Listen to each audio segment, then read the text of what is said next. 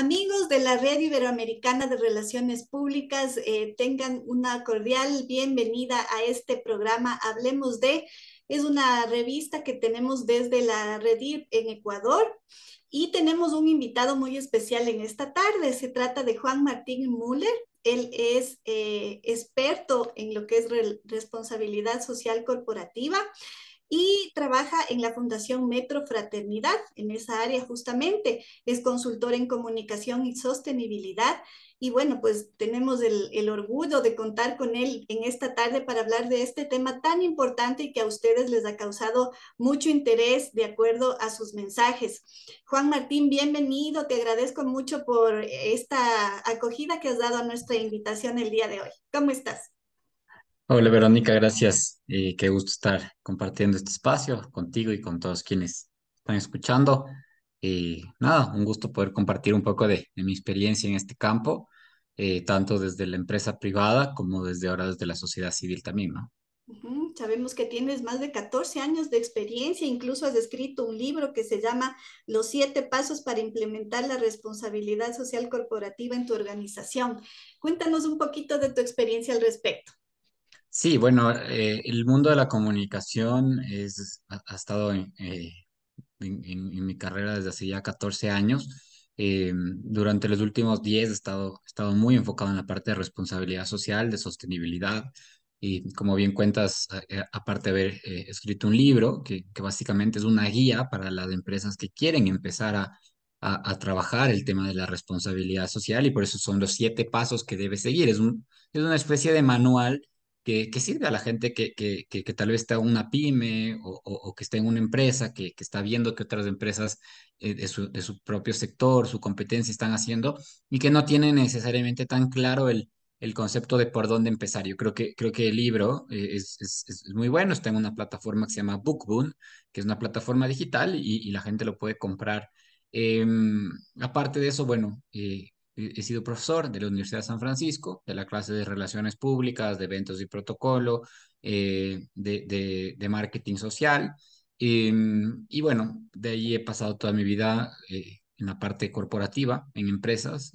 Lo más reciente de los últimos 5 años, bueno, antes de entrar a la Fundación Metro Fraternidad, fui gerente de sostenibilidad y asuntos corporativos de Corporación Maresa, en donde manejaba toda la estrategia de sostenibilidad y responsabilidad social, además de relaciones públicas.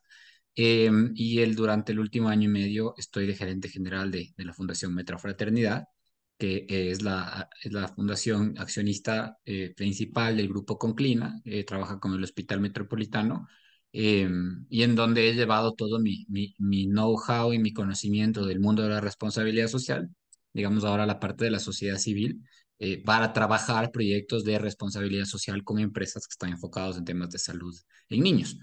Así que bueno, creo que un poco he tenido un amplio espectro, he trabajado mucho en agencias también de comunicación, en el sector público, privado. Entonces, encantado de compartir un poco el conocimiento en todos estos frentes. Excelente, te agradezco muchísimo y qué maravilla tu experiencia.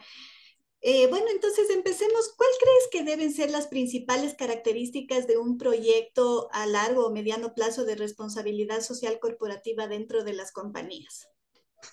A ver, esa creo que es una de las preguntas más importantes y hay que partir por entender el concepto base de la responsabilidad social y de la sostenibilidad, que es el compromiso que la organización adquiere con sus grupos de interés para minimizar los impactos negativos que su operación diaria está generando o potenciar esos impactos positivos que puede también llegar a generar.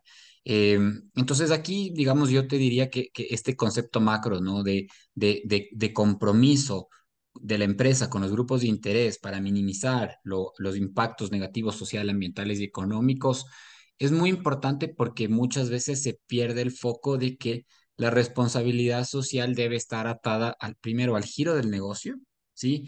Y a las expectativas de los grupos de interés.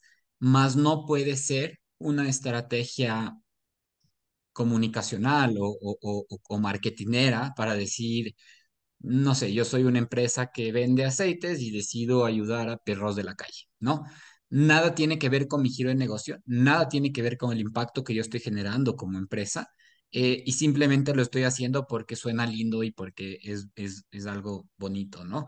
Ujú. Eh, Eso en el mundo hoy en día, el concepto de la responsabilidad social ha evolucionado hacia la sostenibilidad y el consumidor ya espera marcas y empresas que tengan un compromiso real con los impactos que su propio negocio está generando.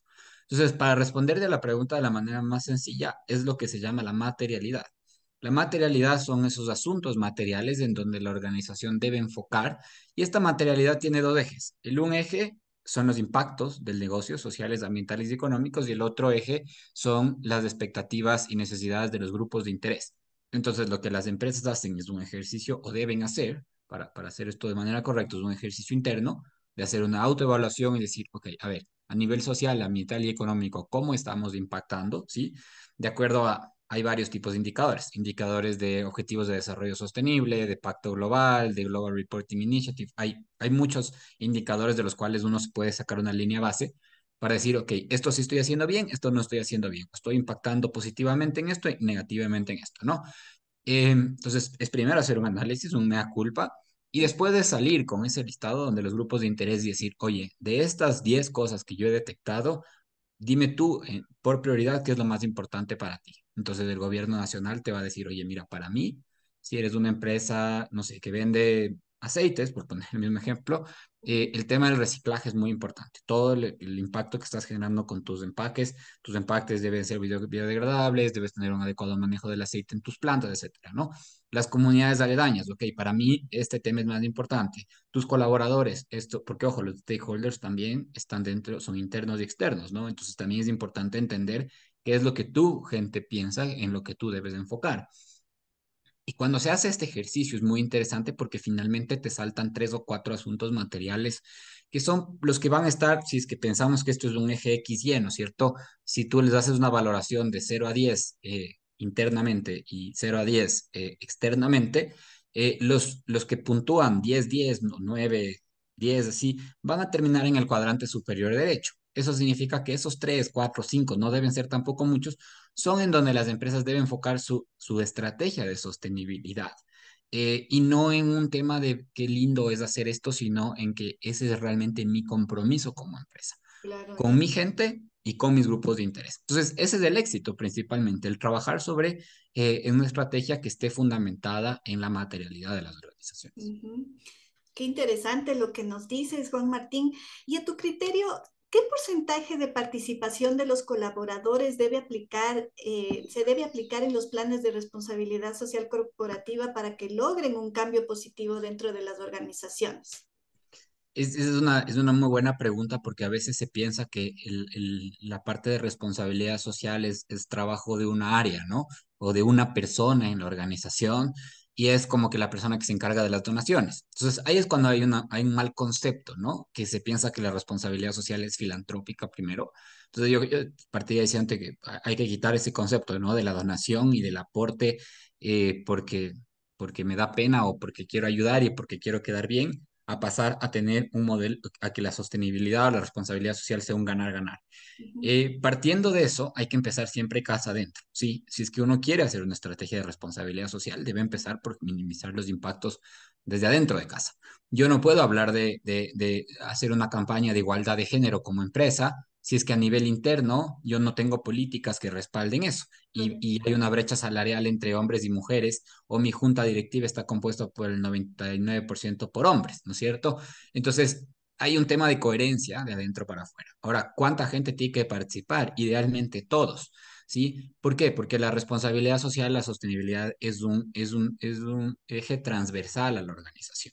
¿Por qué? Porque básicamente toda decisión política, proceso que se tome dentro de la organización debe tener este concepto de minimizar estos impactos sociales, ambientales o económicos, o a su vez potenciar, si es que yo voy a tener una buena práctica.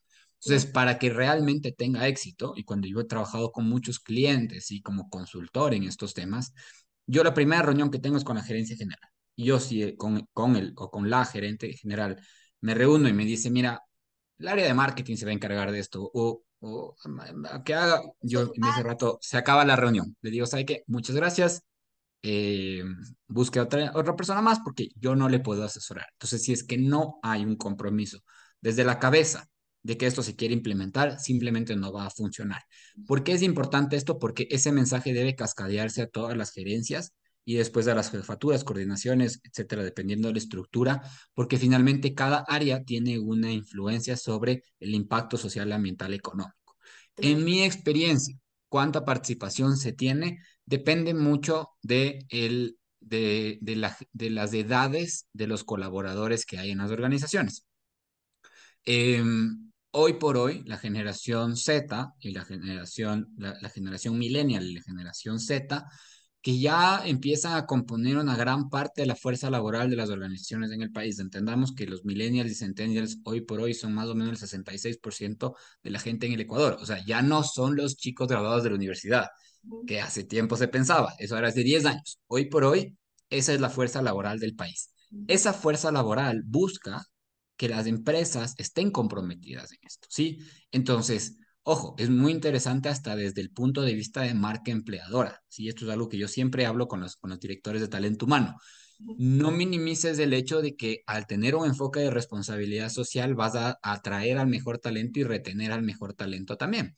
Entonces, esa generación que está en Corporación Maresa era el 70% más o menos, ujú. va a estar muy, muy activa y va a querer mucho ser parte de este tipo de iniciativas. Sobre todo si, por ejemplo, la empresa hace temas de voluntariado, ¿no? Ese es un tema que llama mucho la atención a la empresa, a las personas que están buscando un nuevo trabajo y que busca que su empresa comparta los mismos valores que ellos los comparten en casa, ¿no es cierto? Y ese salario emocional va a tener mucho peso al igual que el salario económico. Entonces, sí, idealmente debería participar el 100%, pero siempre va a haber gente que simplemente no tiene mucho interés en esto, no, tal vez tiene un cargo muy operativo. Lo más importante en esto es que las personas, independientemente del cargo en el que estén, sepan que al hacer bien su trabajo, de una u otra manera entiendan cómo ese trabajo está afectando a la estrategia o favoreciendo a la estrategia de responsabilidad social de la empresa, ¿sí? Ahí es cuando la gente empieza a cambiar el chip y a pensar y decir, ok, desde el reciclar dentro de las oficinas, o sea, cosas tan básicas, o desde apagar la Todo luz cuando empieza yo salgo desde de la dentro, oficina. ¿verdad? Son hábitos que conjunto con la comunicación interna, porque la responsabilidad social, su primer foco tiene que ser la comunicación interna, antes que las relaciones públicas. Porque si yo salgo a contar todo lo bien que yo hago, pero casa adentro estoy muy mal, yo siempre a mis alumnos de la Universidad de San Francisco les decía, es como ser una muñeca de porcelana, que eres muy linda por afuera, pero estás vacío por adentro. Y ante un mínimo golpe, que es una crisis reputacional, te vas a romper, te vas a quebrar.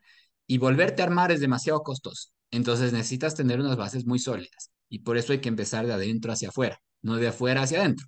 A veces se cree que, digo, no importa si adentro estamos hecho pedazos, pero le voy a meter $100,000 en una campaña de responsabilidad social, pero el consumidor hoy por hoy en un mundo tan conectado y tan transparente sabe lo que va a pasar. Eventualmente se va a enterar. Y las empresas que no han tenido esta visión finalmente se quiebran. Y ese quebranto reputacional y esa falta de transparencia le termina costando mucho más caro. Entonces, Claro. siempre es mejor empezar de adentro hacia afuera. Qué excelente, Juan Martín. Y me viene la última pregunta que te tenía, pero viene concatenada con lo que acabamos de conversar. ¿Crees que la responsabilidad social corporativa es una estrategia de imagen que utilizan las empresas para mejorar su reputación? Sí, sí, y no está mal, ojo, ¿no? Esto está bien mientras sea bien manejado y haya coherencia entre lo que yo siempre digo, el ser, el hacer y el decir, ¿sí? O sea, si es que yo solo me enfoco en decir, pero no en ser y en hacer, ¿no es cierto?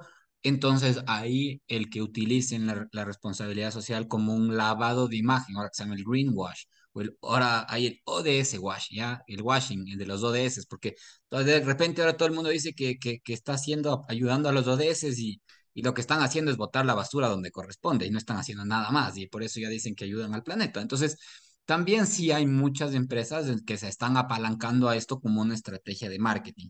Ujú, Eh, entonces, sí es una muy buena estrategia para potenciar la imagen. De hecho, si vemos, por ejemplo, el estudio de Merco, de las empresas con mayor reputación corporativa del país, el top 30, 40 son las empresas que están manejando bien los temas de sostenibilidad, que tienen líderes que están encabezando temas de sostenibilidad, ¿no es cierto? Que han creado una marca personal como gerentes generales o CEOs que hablan de temas de sostenibilidad, que tienen un compromiso con sus colaboradores, que su estrategia de comunicación en redes está alrededor de eso.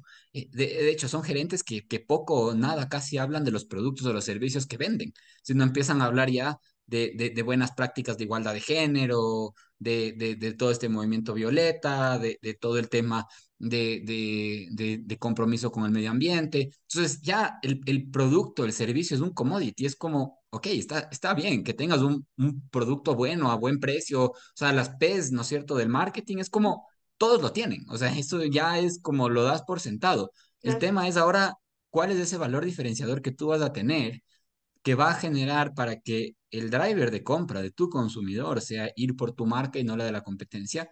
Y ahí entra mucho el tema de la sostenibilidad y de la responsabilidad social. Entonces, las empresas que lo trabajan bien terminan obteniendo este retorno de inversión. Pero las que quieren ir muy rápido y quieren saltarse todos los pasos y solamente irse al decir, claro. terminan pecando y tropezándose en su propia tela, porque finalmente no han trabajado un proceso bien estructurado. Y eso es algo más o menos que yo explico en mi libro, porque hay que partir desde adentro de reformar políticas, procesos, códigos, manuales. Eh, ¿Y cuánto tiempo te toma eso, todo Es un este proceso, proceso? es un proceso un poco largo. Depende, a ver, depende siempre del tipo de empresa que es. En las empresas familiares, por ejemplo, a veces es mucho más complicado. En las multinacionales también es complejo si es que no viene esta directriz desde fuera. Claro.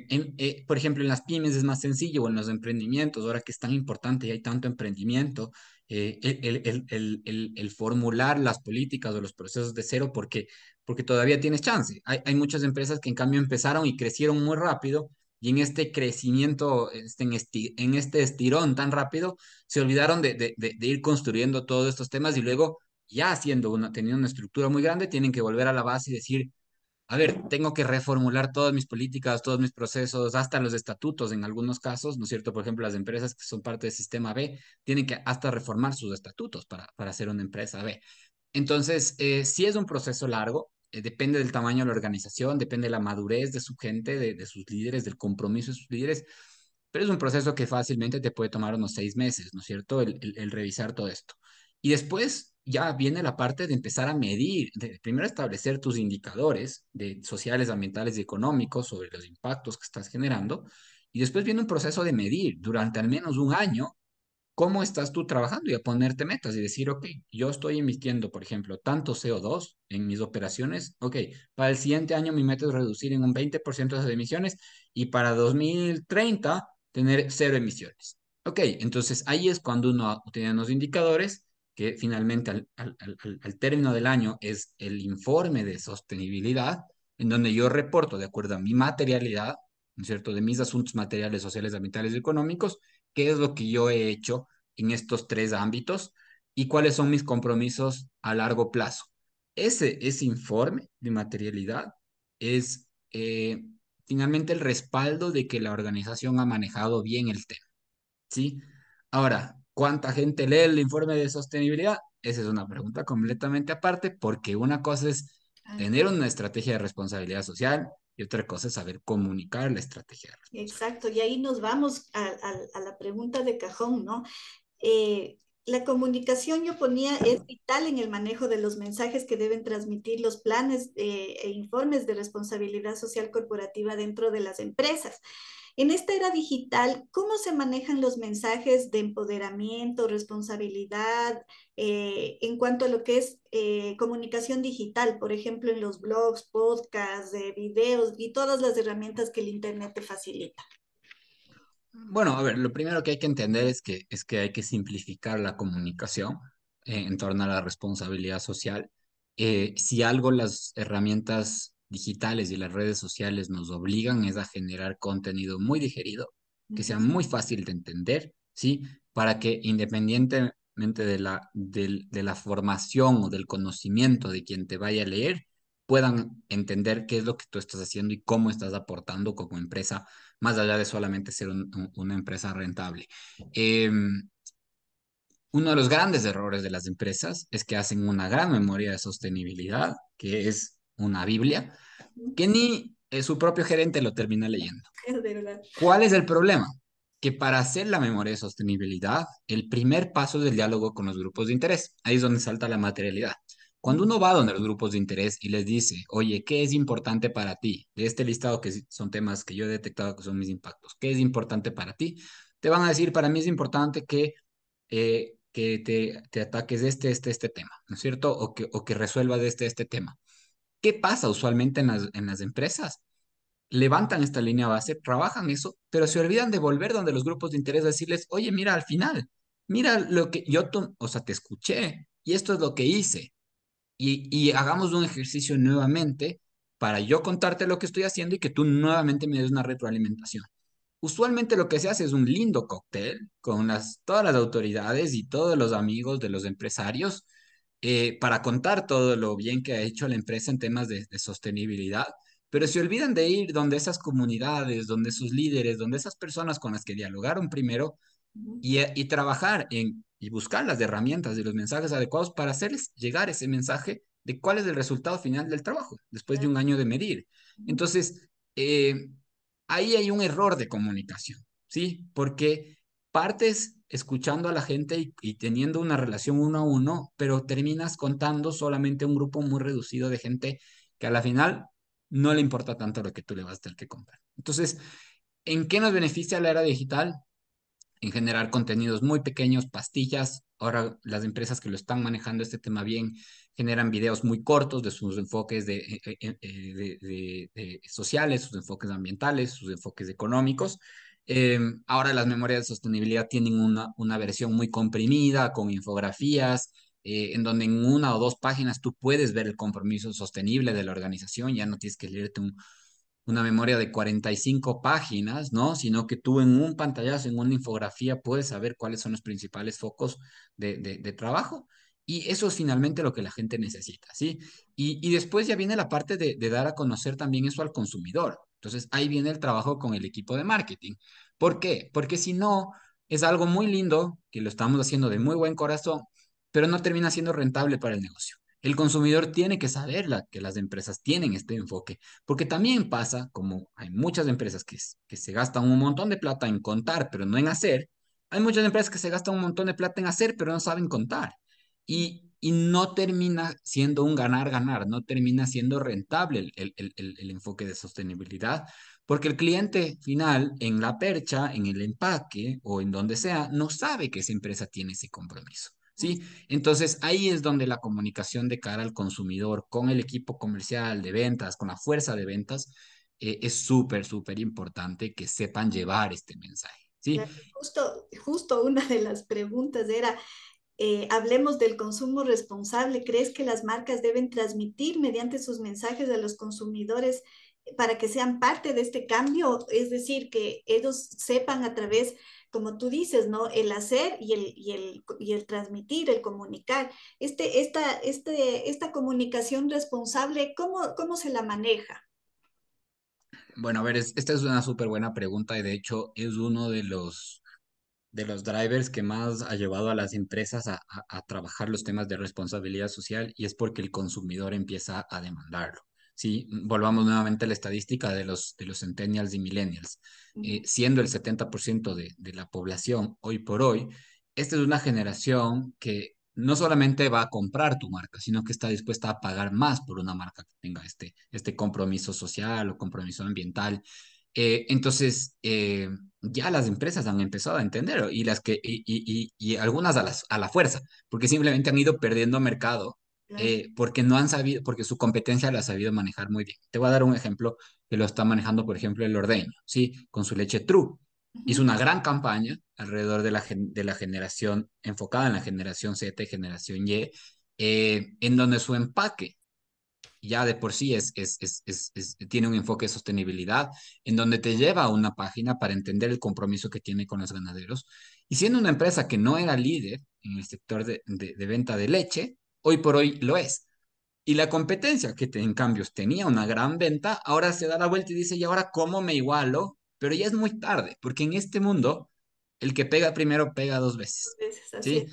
Y esto no solamente pasa en el Ecuador, ha pasado en todo el mundo, que los empresarios no se les prende el foco, sino que ya se estampan contra una pared cuando, cuando empiezan a perder mercado y siguen pensando en las cuatro Ps, ¿no es cierto? Entonces, el consumo responsable es una realidad hoy por hoy en el Ecuador. De hecho, el Ecuador, dentro de los estudios que hemos hecho, que hicimos en Ceres, que se ha hecho que ha hecho Deloitte, bueno, no te comenté, pero yo fui presidente de la junta directiva de Ceres durante un año.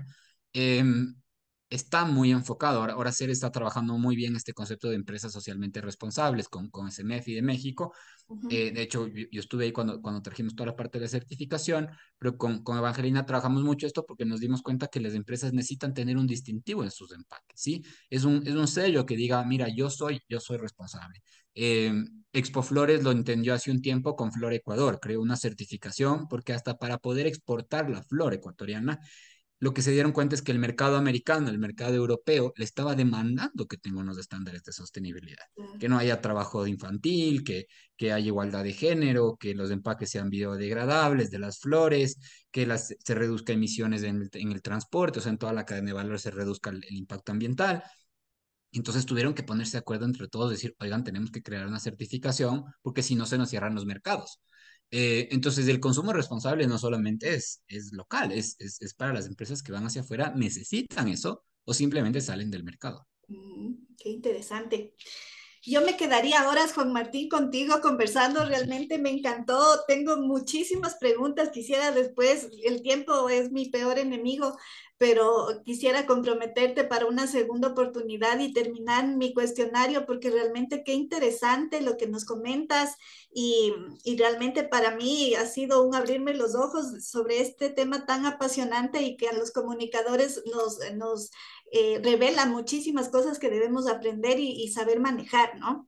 Entonces, bueno, pues Juan Martín, te agradezco muchísimo pues encantada y ya sabes que la red iberoamericana de relaciones públicas tiene las puertas abiertas para ti y a todos nuestros amigos también les agradezco mucho esta atención y que nos comenten, pues que nos digan qué les pareció la entrevista y si tienen alguna sugerencia, pues bienvenida sea.